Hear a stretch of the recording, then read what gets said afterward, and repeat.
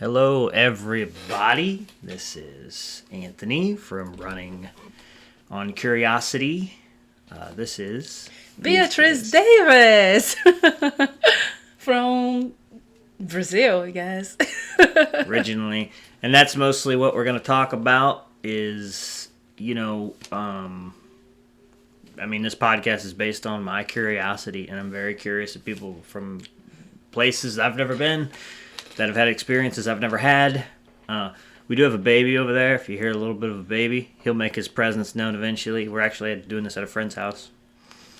And, I just have some stuff to ask you that I really want to know about. I'm very pleased for being here. Thank you so much for the inviting. Yeah, no problem. I'm excited for our conversation. Good. So, the first thing I really want to know, and I like... You spent most of your life in Brazil growing up. Yes. You came to the States. How old were you? I was 25. Yeah, I was 20. No, I was 26 when I moved here. That was 10 years ago. So I moved here because I wanted to learn English. So, yeah.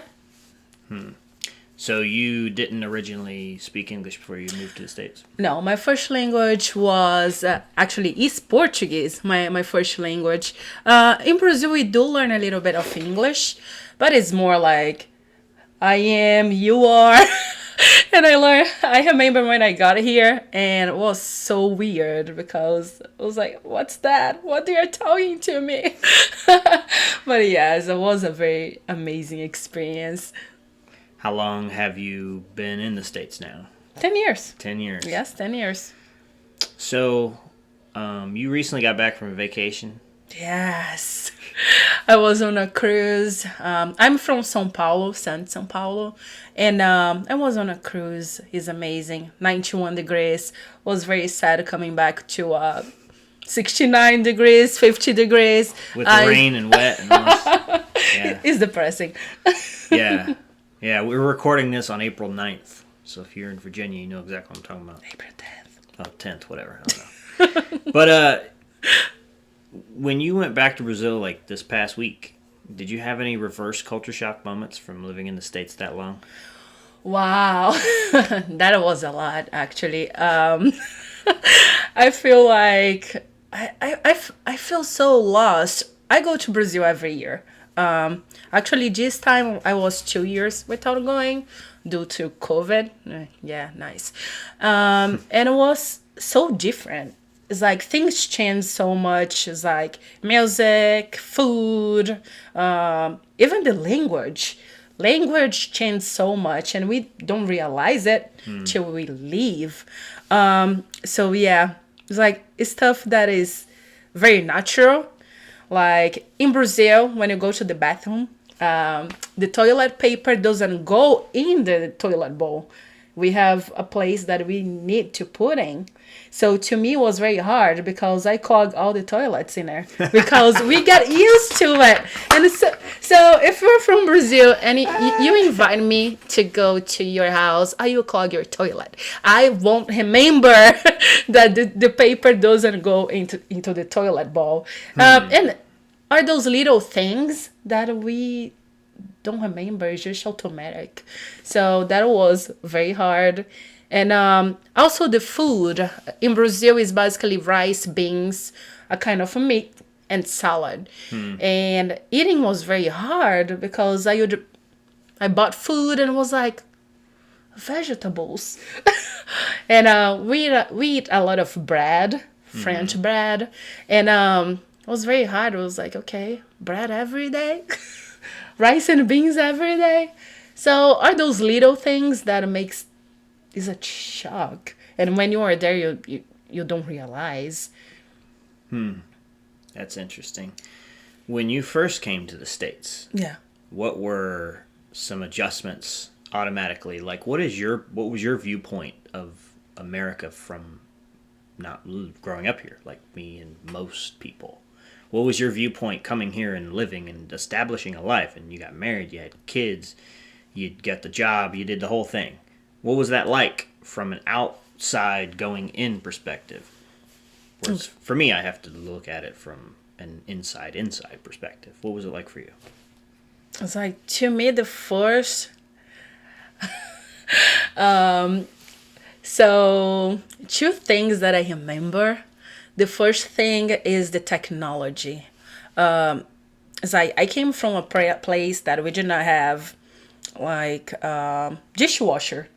And to me, getting here, and for a lot of foreigners, getting here is so hard. I did not know how to work it. And the pride of asking like something so simple like that, please help me. So my first my first interaction with a dishwasher, let me tell you, I did not know you have a special soap for dishwashers.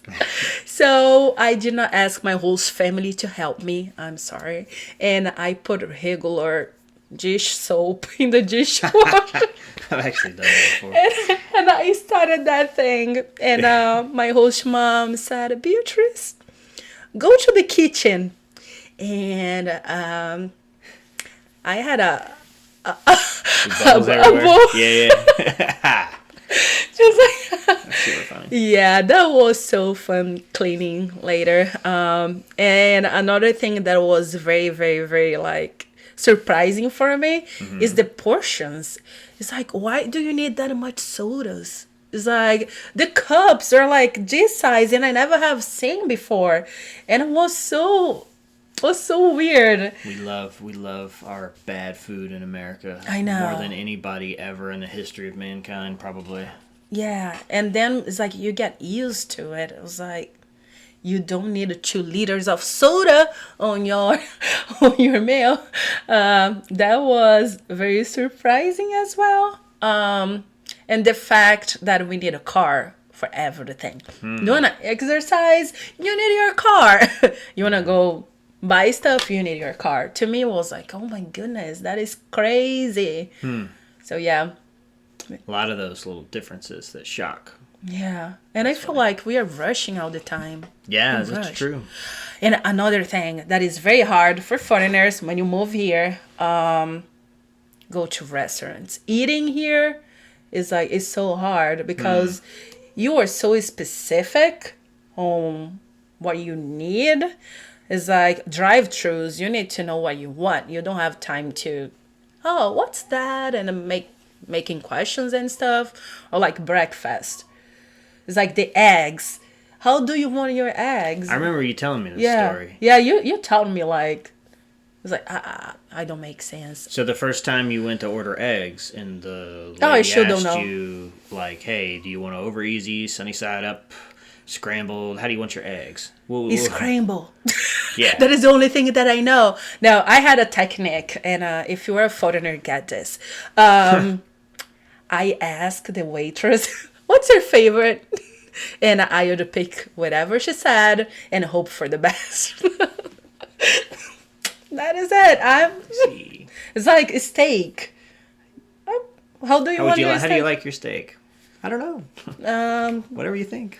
Yeah, I was like, Well done. No, Always well done steak. no, Everybody well knows done. that. Don't trust people who likes well done Well steaks. done. No, Cook the crap out of it. no, medium rare. Medium rare. Yeah. Rare. That's the way to go. No, rare is I want to good. eat. I wanna Well eat it raw. done. Don't eat well done. No, that is animal abuse. It is. Sacrificed its life for it to be well done. You know? So, you've lived in the States a long time Yes. now, 10 years. And you've lived primarily where in the States? In Virginia. Yeah. Always in Roanoke, Virginia. Okay. What is other parts of America like for you? Like, let me give you an example. Okay. For me, I grew up in Florida and then Luray, Virginia, or Luray, as the locals say, and then Spotsylvania, Virginia. And then I lived overseas for a little while, and then I've moved around this area. So I was in Harrisonburg, Newmarket, Culpeper, Orange, and then I've been in Charlottesville for 5 years. Okay. To me, there's culture differences every single place I've ever lived. Yeah, like you can absolutely. insult somebody here in Charlottesville by doing something that everybody does in Culpeper, like spitting on a sidewalk. All those rednecks do that crap. All of them do. It's just weird. It's weird and it's gross, but nobody cares because they're all It's normal. rednecks, right? And that's just the way they act. But if you do that in Charlottesville, some yippity dudes walking by, it's gonna go, oh. But just like a small difference. But what for you, as someone who came to the States and didn't grow up here with like all the nuances of it, what is it like going to different parts of the States, whether it be out of state, out of Virginia, or even parts of Virginia? So, you can see a lot of difference. Like, especially on my job, I talk to people all over the country, and we can see like language, even the speed. And I note sometimes when I talk to friends out of state, and I use something like "yes, ma'am." Here is nice. If you tell like somebody from California, it's like Yep. So why are you saying that? Man, am I old? Yeah, I'm not old. It's like it's very different, and but because America is so big, and it's like I feel like sometimes when I go, even somewhere place like South Carolina, it's completely different. It's like the way that people dress up, the way that people talk. It's like here we are very open, like talking about money and stuff. Some place they are not. It's like the way that we raise kids, even diversity. It's like here is more like it's hard to see like mixed people. It's like mixed couples. It's like it's more like white with white, and it's like it's very hard. It's like some place they are not open. I remember when I moved here, and I was a nanny, and the little boy was the sweetest thing ever. He was blonde and he had blue eyes, and he is amazing. And I was with him and playing, and somebody stopped me and said, "Why do you have that kid?" And I was like, "Hey, what?" I'm his nanny. And they're like, "That's a shame on you." I was like, "Hey, what?" It's like being hated just because of that. I had a blonde kid with me. And to me that was, dang, why that much hate? Is there any like what's commonly known as racism in Brazil, like that would be comparative to that? What I see the difference in Brazil and here, we see a lot of racism from black people, even to black people. I remember my first experience with that was with my host mom. We were working for Obama at the time, and she needed to go in a neighborhood, and nobody would talk to her because she was blonde, and I had to go with her so people would talk to her. So we see this thing is like, oh, if you're white, I'm not talking to you, or I don't have anything to do with you. And that is so in Brazil is more like they don't say on your face. It's like we do have a lot of racism. When I started working for a bank there, with 20,000 people like working in my department, I was the only black person because you need to be beautiful. And in Brazil, if you have a dark skin, if you have like black people's hair, they don't see like you are beautiful. And I remember I got hired because they said, "Oh, okay, yes, you are beautiful." And I was like, that is so weird. Or they say, "Oh, you are black, but you don't look like black because you don't have the lips." And to me, yeah, it's so weird. It's a very it's so weird. It's different. Well, I mean, we have our own versions of that in the States. You don't people just black. People just don't come out and say it that clearly, But yeah. Yeah. We have that too. I guess everywhere. When we have like people who don't look or act like us. I feel like all over the world we It's do have. tribalism. I mean, people want to associate with people that they look like because in their lizard brain, that's what we did to survive thousands of years ago. Yeah, people Form little say tribes and sometimes. all. You know, in like a day-to-day basis, what's the daily structure differences? Like for example, I lived in the Marshall Islands for 2 years. Super laid back, super chill. If you say, hey, be here at 8 o'clock, you're going to see these dudes around like 10:30, and it's okay. Everything's okay. It's all right. You do that here, and they're going to cancel after waiting on you for 15 minutes. Like, seriously. Yeah. Hey, let's go see a movie around 5. That literally there means 7. Here, that means literally 5. Like, down to scheduling events, down to getting anything done, down to like a daily work schedule, whether it be work or social life or whatever, home life, private life.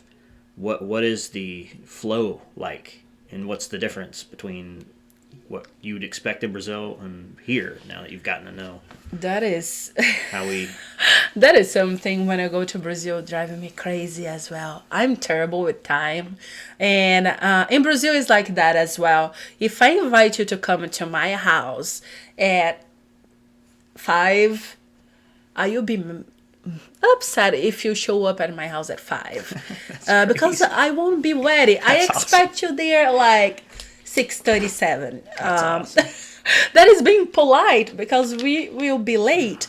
And it's like, even the TV is like, when I moved here and they would say, oh, 7:30 starts. Church as well. That is like, it starts at 7:30. At 7:30 is going to start. And you have the countdown and everything on time. In Brazil, no. It's like, we will start eventually. So even TV, we have our shows is like, we have the time-ish and which in 30 minutes is going to start. Yeah, in Brazil it's not polite being on time. Now I feel like the past 10 years that has been changing a little bit. But yeah, we expect people being late. Yeah, don't get to my house at the right time. I won't be ready. I should be very Brazilian. You still are like that, by the way. Okay, I noticed that. You don't have to. Okay.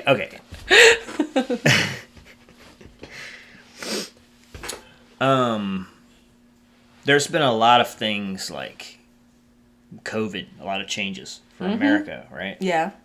And I feel like most of them are pretty obvious. Most of us have experienced them, being in your house for like literally almost like a year straight, and all that kind of stuff. And like a lot of these businesses shut down and stuff here in the States. What was that? Do you know, like, you have family back in Brazil still? Like, what was some of that like for them going through it? How did the Brazilian government handle it as opposed to our government? Actually, what was going on, we lost a lot of companies as well. A lot of small business, they shut down. We lost a lot of jobs in there as well. But basically, they did the same thing that they did in here. Was just a little bit more delayed, and the way that they explained to people what to do was a little bit different. But was exactly the same steps. Because I feel like that it comes from a higher place to all the countries. So was basically the same. It's just like Brazilians, we like partying. We like to party.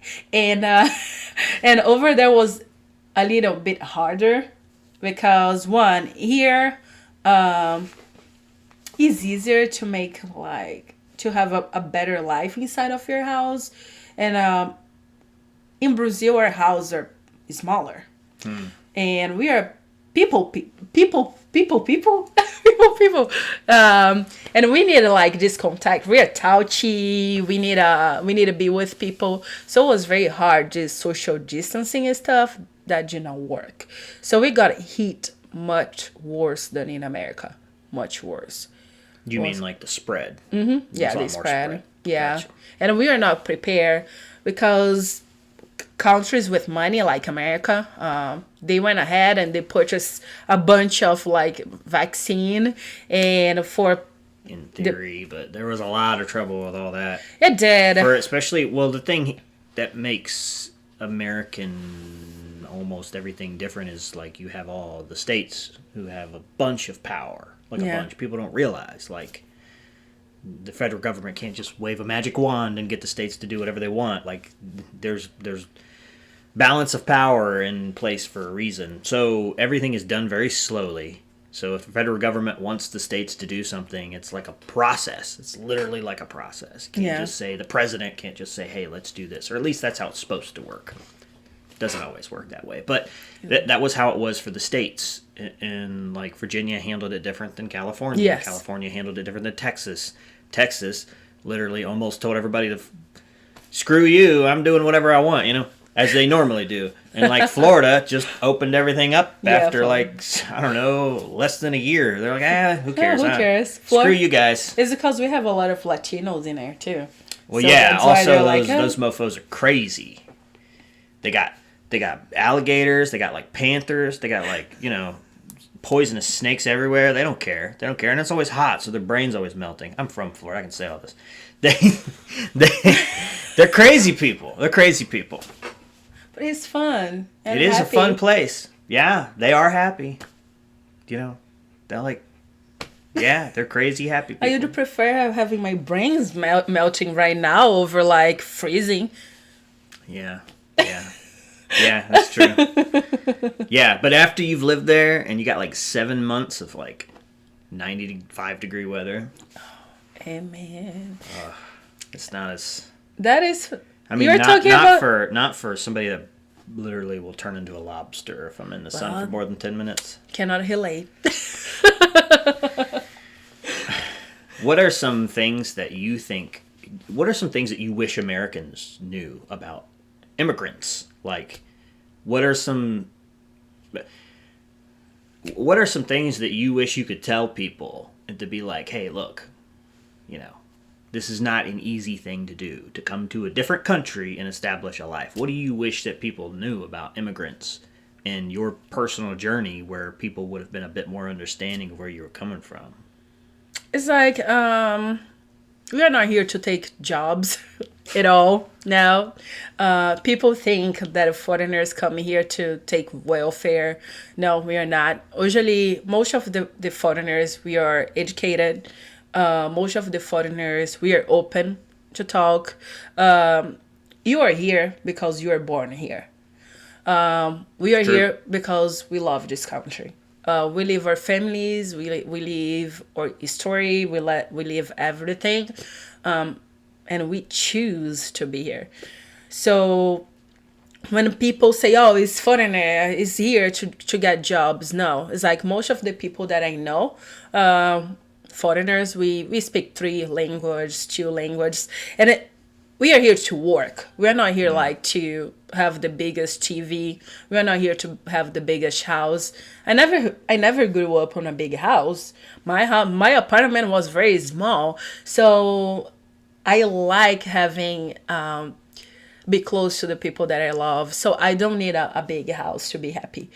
So we are hard workers. We love being here. We are very respectful. And I heard from a lot of people, usually foreigners, we are very, I forgot the word, but generous. We don't have problem with sharing our stuff. It's like if we go somewhere, usually our tips are very generous because we are thankful. We are thankful. America is a place that if you work hard, if you do what's supposed to do, you're gonna grow in this place.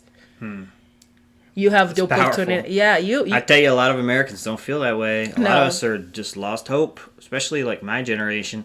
I mean, we had 9/11, and then we had a market crash. We had a market crash in 2008. I mean, I was 18, didn't really affect me that much, but it affected my parents. They were trying to sell a house at the time. I mean, we've had 2 20-year wars in Iraq and Afghanistan, plus 2 of probably the most controversial presidents of the last I don't know, 50 years at least, maybe 100 years, in Obama and Trump. Polarizing to both sides, right? One to the right, one to the left. Both of them extremely hated by the other side. And it's like my generation has like almost given up the American dream, to be honest. I'm really, it's truthfully, like we get together and we're like, what is all of this? Why am I working this hard? Like, I would rather buy a van, convert it, and live in the woods than do this rat race. And it's so refreshing hearing you talk like this, because most of us that grew up here around my age, I'm 32, around like the 35 to 28 range, we don't feel that way. Yeah. We feel like it's a sinking ship, and, you know, that we were promised this glorious sailboat, and it's got like so many holes, it can hardly stay above water, and we're like, you know, I mean, just with inflation alone being 7%. What the heck? What the heck is that? How are you supposed to make a living if you keep losing your money? Literally, if you don't increase your income 7% in the past year, you lost a whole bunch of money. If you put $10,000, what's 7% of $10,000? A lot. I don't know. I can't do math. But anyway. A lot. I mean, you lost that money just by it sitting there. It is like $7. No, it's not. It's like $700, right? 10,000? I don't know. Okay, 10% of okay, we'll be here. 10% is 7 of 10,000. 10% would be 1,000. Yeah, 1,000. So 7,000. 7,000. Yeah. Yeah. Well, 700. Oh, 700. Yeah. Yeah. Can't do math either. I feel it's like you got me on the spot now. I feel like, and that is something that I learned. Something that in Brazil we don't have that education like that. We don't learn how to manage money. Actually, Americans. We don't either. Do you feel like we do? More than you guys think, actually, because if you know, Americans are one of the people who invest more.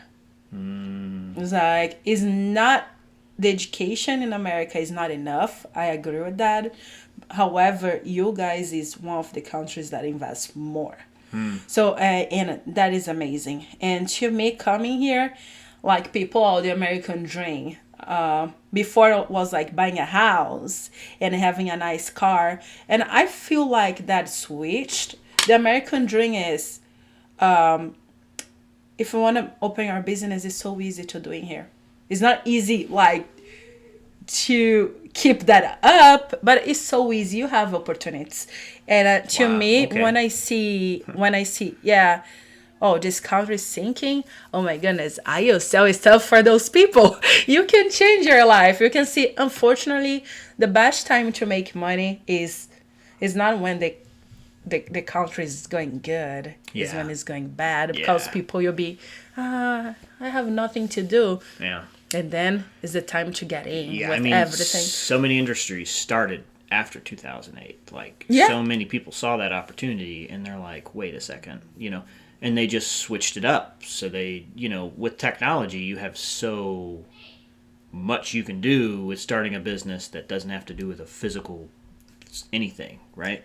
And I guess COVID changed a lot too, because before, most of the companies, they're not online, and online is the future, and they had to change stuff so quick or they would not survive. Yeah, you're right. And even us, we are purchasing way more online entertainment. Now you can work out at your house with a personal trainer from your computer. Therapy, online. Yeah. And much cheaper than in person, typically. Much cheaper, yeah, I agree. And you can have, like, very nice professionals.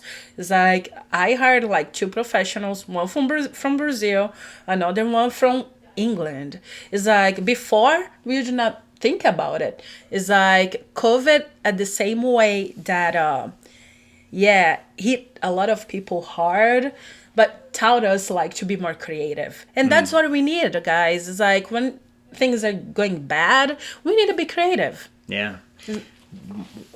I used to be a car salesman, as anybody that knows me knows, and I sold a car to a fella who opened a like a smoothie shop Yeah. kind of thing in downtown Charlottesville, which is like super bougie. So, worked out really well for him.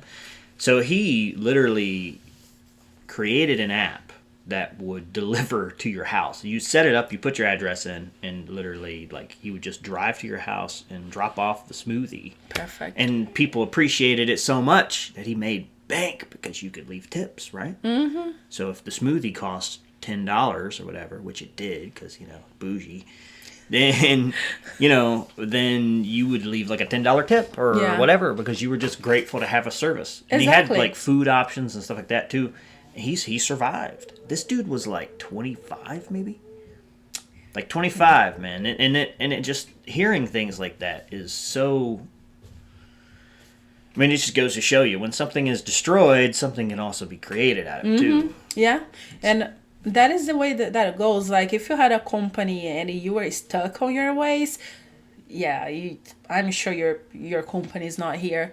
Especially us as professionals as well. If you are stuck on your ways before, I feel like the American dream it was working on the same company forever and get retired, and now it's not like that. I feel like it's like two different time periods clashing right now. Yes. You have the Industrial Revolution in the 1920s ish.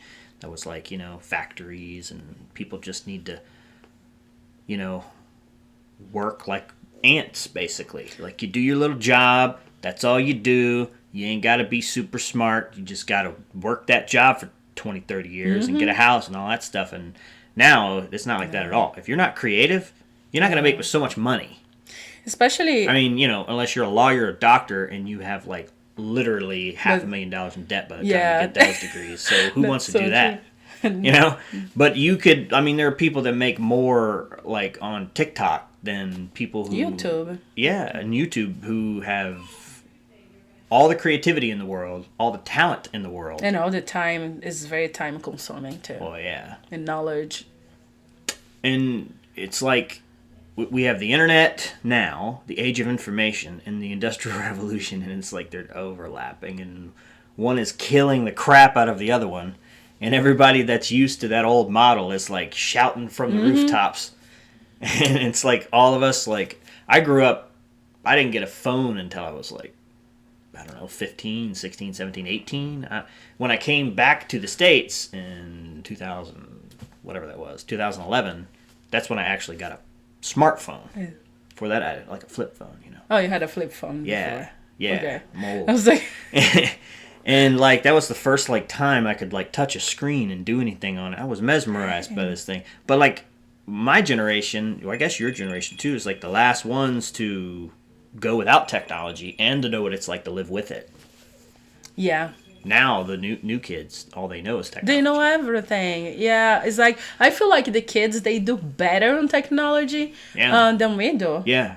It's like, I remember when everything shut down and us parents, we had to teach our kids.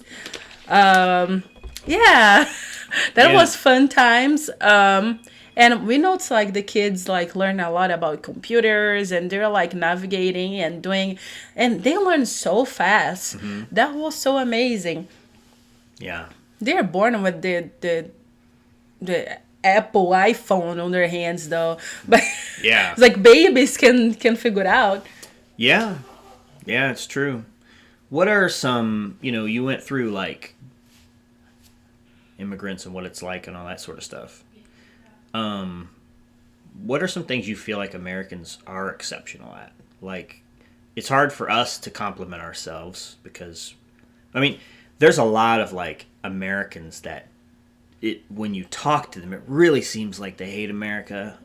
We don't. We love our country we were born into. It's just that our country, our Constitution, our Declaration of Independence, our governmental system, it's all based on very high and mighty ideas. Maybe the best ideas humanity's ever come up with. Going back to John Locke and, his 2 treaties of government and the Enlightenment ideas that our country was founded upon. It took us a very long time to live up to any of those, and we're still trying to do that. Yeah. But, like, from your perspective, what do we do really well in this country that we maybe not give ourselves credit for sometimes? Oh, wow, that is hard. That is so hard. I didn't think about it. This is so hard. That is exceptional. Or what are some things you think Americans take for granted about this country on a daily basis, and like the way we interact with each other? Like anything on that level? I'm thinking because that is something that I never taught before, but I feel as long it's because Virginia is different, but I feel like it's a safe place, and I feel like what I like about here and is exceptional that I don't see in the other countries that I go is you have the opportunity to have the same experience as people with more money than you. Example, when you go like in Brazil, when you don't make that much money, you cannot have the same experience. You cannot go and have the same quality of stuff. And here, you can go to the same restaurant as your boss. It's like, to me, that was so incredible. Or have a nice quality car. It's like, it's not like the most beautiful car, but it's like you can have a safe and a nice quality car, and most of the time you can have like a very nice house, and it's affordable. So I feel like the safety, the like you being able to have like technology, and and even by the clothes, is like I see a lot of people with a lot of money or no money, they use the same brands. So I to me that is great. It's like kids, they have like same quality stuff. So most of the time I know it's not perfect all over the place, but I see not that much difference on like you being able to have stuff.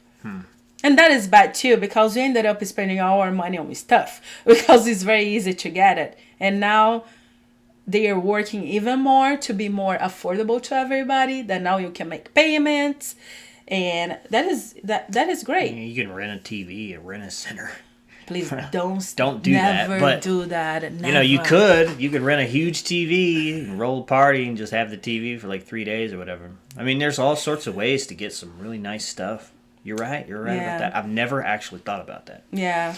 So I've been to the Dominican Republic, and for 2 weeks, I was there for like two and a half weeks. And then I lived in the Marshall Islands for a little bit, like 16, 17, 18 months, something like that. In the Dominican Republic, it's easy to see the wealth inequality. Because you'll have people like in a nice brick house, you know, and then you'll have people literally in 10 huts, like literally like 2 blocks down. Like a whole row of 10 huts where no floor, just like a piece of tin and a roof made of tin. And, you know, a little door carved out of the tin. That's their house. It's easy to see, like, who has money, who doesn't have money.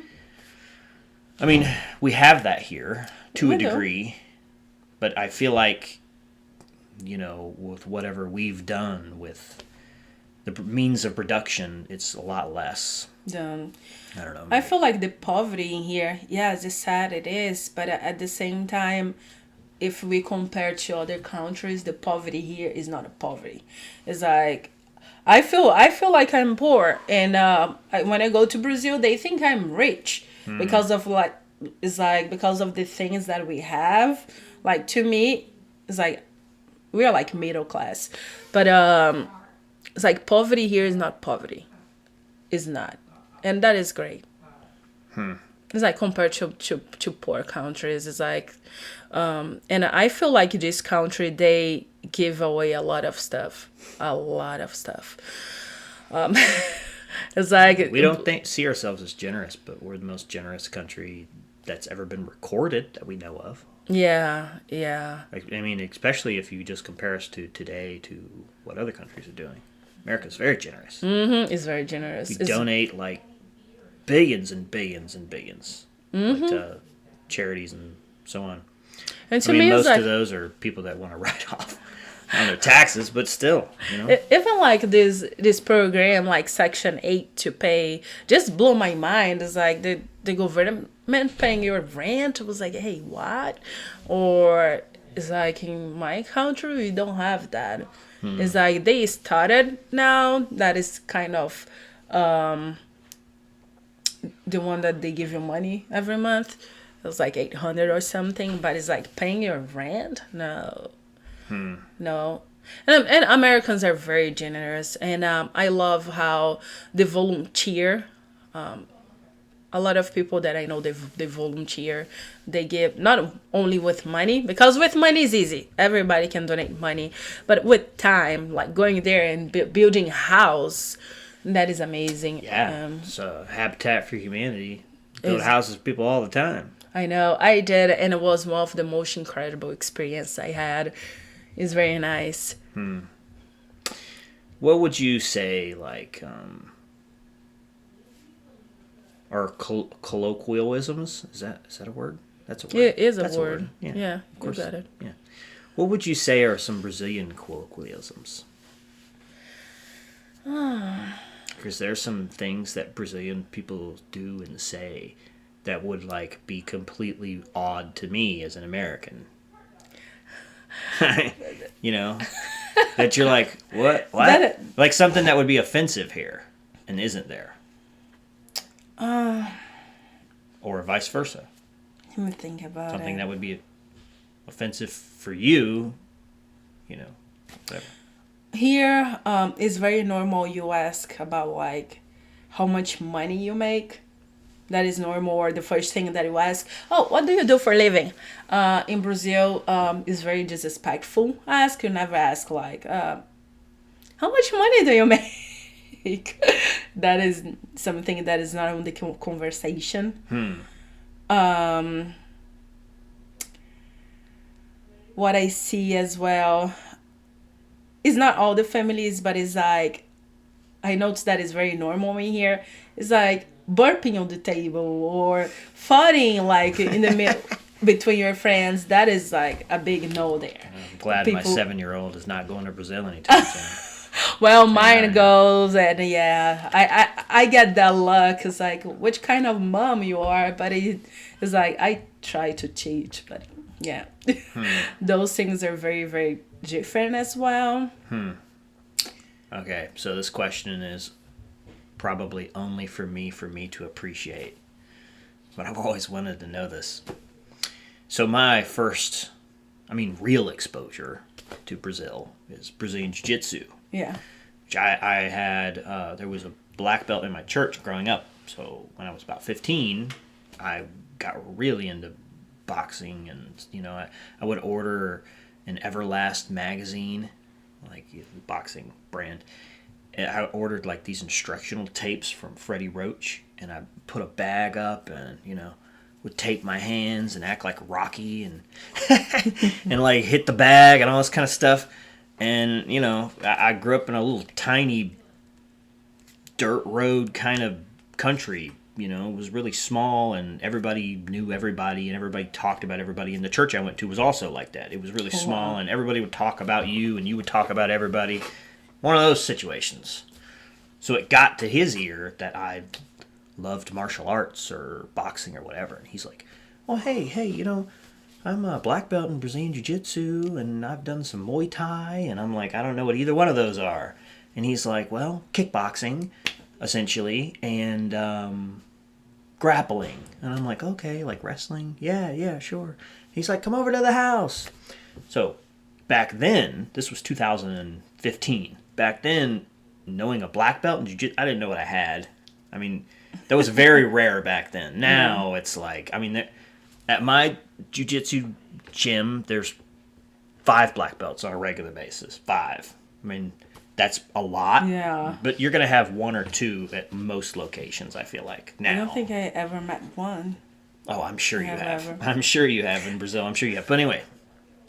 Anyhow. So, I'd taken Brazilian Jiu-Jitsu from him, and that was my only exposure to Brazil at that point. Like, I didn't know. And then I got into watching the UFC, and I watched all the old tapes first from 2000, from 1993, Hoist Gracie and all that. And I'd never even heard of any of this stuff. I was like super sheltered homeschool kid. I didn't know anything. And then I saw like Hoist Gracie literally choke a 300-pound muscular wrestler with his legs. And I was like, what is going on here? Dan Severn, by the way. That was like UFC 3. And I was like, I got to learn this. So then I was all in. Before I just thought it was weird. And this weird like, dude, on top of you type situation. But for you in Brazil, like even growing up, was it so popular? Was Jiu Jitsu like the sport? I mean, other than like soccer? Or how did you hear about it? And did you know about it before coming to the States? Yeah. I didn't know it, but not much. It's like in Brazil, you're a lot into soccer, and a UFC became big, I would say like about 15 years ago. Before I left, that it would be like crazy, everybody would go and watch it. So it was about like 15 years ago. And it's funny, I don't think you heard me, but I told you when I was coming back to America, I saw one of the Gracies. Yeah, you told me this. He was on the same airplane that I was. Yeah, of course he was at the business class. And it's funny because nobody did not do anything because nobody knew. And be like a celebrity here too, within my circles anyway. Yeah. I mean, I would go crazy if I saw him. I'd be like, oh, bro, Yeah, I almost Hello, took brother. a picture, but it's like, because in Brazil it feels so weird because nobody knew who he was. So he had like the t-shirt and stuff, and I was like, I don't remember his name because I don't know who he is. But it's like just because he had the t-shirt and everything. But yeah, in Brazil it's not that big. So, for example, Hoist Gracie. If you met Hoist Gracie, if you saw Hoist Gracie walking down the street in Brazil, it wouldn't be a big deal? No. Or Hickson Gracie. It wouldn't be a big deal if Hickson Gracie would just walk down the street. I don't even know if how Hickson he look Gracie like. landed in Las Vegas, or Hoist, more likely because of the UFC connections, and walked down the street, I cannot picture him not getting asked to... That's a toddler. I can't picture him not getting like bombarded by a whole bunch of fans. Maybe people who plays Jiu Jitsu, yeah, they would know. Maybe people that are playing, but no, not a regular person. They would not know who is that. It's like I had to explain to my dad what that it was about, and people was trying to listen to understand why the guy was a big deal. It's a huge deal. So the school I go to, Pedro Sawa, is the lineage of the black belts, most of them at the school. Pedro Sawa is the highest ranked jiu-jitsu teacher, player, whatever, in America at the moment. I hope I'm not wrong on this. I'm pretty sure I'm right. And he's like a huge deal. I mean, within people that do jiu-jitsu, I mean, it would be like meeting a celebrity, Yeah. Like, it would be like meeting, if you're a soccer player, I don't know, famous soccer player. If you're a basketball player, it'd be like meeting a legend like, I don't know, Michael Jordan or something. Yeah. Like LeBron James. I mean, it's like that level of famous in our minds of like, bro, this guy has done something that I cannot even comprehend how to do. I mean, I don't know, is he a red belt? I don't know. Pedro Sawa? I don't think so. Maybe. I don't know. Anyway, but I feel like it's because they left Brazil very, very early. So I mean, that's true. They've been in America long. Yeah, a lot of them have for a long time. So probably that's why in Brazil they're not a big thing. Or maybe people will know, just will not realize how they look like. Because in Brazil we are more about soccer. Soccer, we know everybody. They're like the celebrities. Yes, they're like the celebrities. Interesting. And singers are the celebrities too. Yeah, that's no different. Yeah. You got a lot of that. Well, hey, I appreciate this. This is a lot of fun. Thank you. Is there anything else you can think of that would be of interest to someone who hasn't lived your life? Well, and I love this when you see like a foreigner or somebody that doesn't have the same background as you, go and talk, have a conversation, because most of the time you're gonna learn stuff that you never thought. You're gonna learn a different point of view that that is life changing. It's like seeing life with somebody else's point of view is life changing. Yeah, and just like make friends with people that they don't have the same background. Just ask. I feel like that would resolve a lot of conflicts. Oh yeah, yeah. A lot of these differences people have are completely cultural. Yeah. Like even within the states, Yeah. you know, a lot of what we call racism is a lot like your cultural difference. When I went overseas to live, I didn't expect them to be like me. Yeah. You know what I mean? I mean, because duh. How could they be like me? They come from a different place. They look completely different. They act completely different. Everything is different about them compared to me. Yeah. And what I grew up with. Here in the States, we expect wrongfully for everybody to be like us. Yeah. Because we live here. And this is like a huge country with a bunch of people. And it's a melting pot of culture. And we lose that. We lose that. Especially in these little counties, you know? These little cliquish counties where everybody knows everybody kind of situation. You got like people sitting on the front porch drinking coffee and whatever. You know? And if there's anything out of the ordinary, instead of being curious about it, people are often suspicious. And that's not to like bash anybody from a small town country America. That's just human nature. Yeah. But I feel like if we flipped that on its head and just asked a whole bunch of questions, we'd find out people are the same. Yeah. They just approach life differently. One of my best friends, she was racist actually, and my boss made me sit by her, and she learned how to be a racist. She thought that was normal. It's because ended up that her family came from Germany, and what she learned was from her dad and whatever they never taught. And also we started like sitting and talking. She noticed that we had a lot in common. It's like even our moms had the same name, and so I could help her with like the Spanish, and we like a lot of stuff, and only conversation changed it. And then I know she's one of the people, if I need something, she'll be the first one to show up. Just conversation. It's like, it's not because we don't look alike that we don't have nothing in common. So yeah, talk. What do you call somebody that only speaks one language? American. It's true. Sorry. You ruined my joke. Sorry. Well, thanks for watching. Thanks for Appreciate it. watching. That's all I got. Is that all you got? Thank you for having me. I hope you enjoyed the plush back there of the baby Yodas. Yeah, the baby Yoda. Oh, no, he's here. Okay. Yeah, there we go. No, he's here. Oh, my goodness. Yeah, here.